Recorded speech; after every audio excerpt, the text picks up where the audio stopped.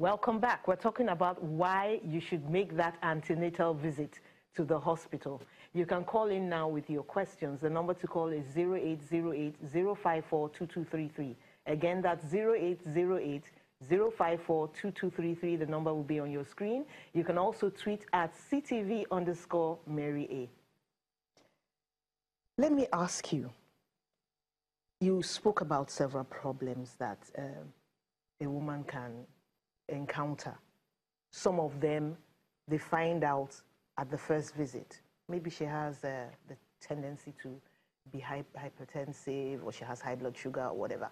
But you spoke about some problems you can't find at the beginning of pregnancy. One of them may be bleeding. What else could happen to a woman that she would have sworn would never happen to her? But because she's pregnant, lo and behold. Yeah. Well, we'll start from the early path of pregnancy. A woman can, normally early signs of pregnancy, nausea, vomiting. But a woman cannot tell. Those of them who, from emesis gravidarum, meaning vomiting in pregnancy, would progress to hyperemesis gravidarum.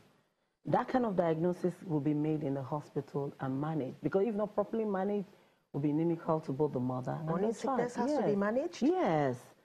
It has to. Excessive one that would cause, electrolyte imbalance, weight loss. The woman is not eating, she's dehydrated, her ketones are high. Those are not good signs. You understand? So that kind of woman should be able, so staying at home may not scare you because she's not eating. So starting from there. She has no appetite. Yes. A woman may not even know she's anemic. Especially in these climes where the contraceptive uptake, family planning uptake is not still very high. We are still doing less than 20%. You see women, getting pregnant too frequently. And so the body stores low. So a woman may not know that she's already anemic.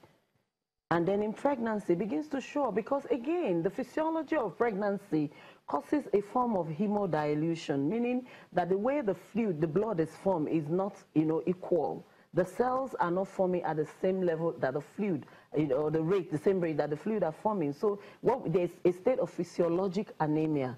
Now that will occur in pregnancy. In a woman who is already anemic, it can worsen it. She cannot tell. That can only be detected in the hospital. So she may feel exaggerated pregnancy. I'm tired.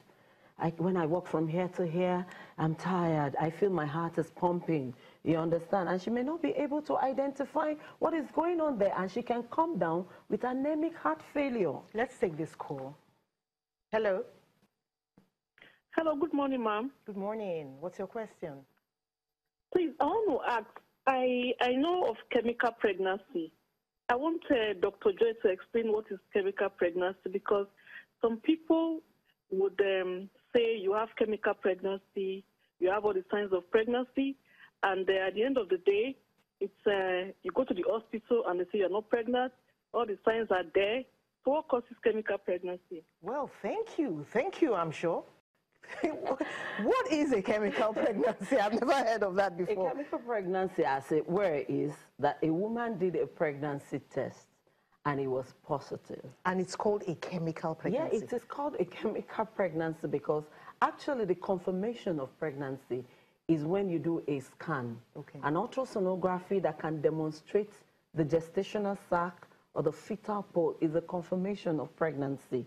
You understand? So a woman may do a pregnancy test, whether the urinary pregnancy test or the blood test, and it comes out positive, and she may even say she has the symptoms of pregnancy, and yet, at 5-6 weeks, you do an ultrasonography and you cannot pick the pregnancy.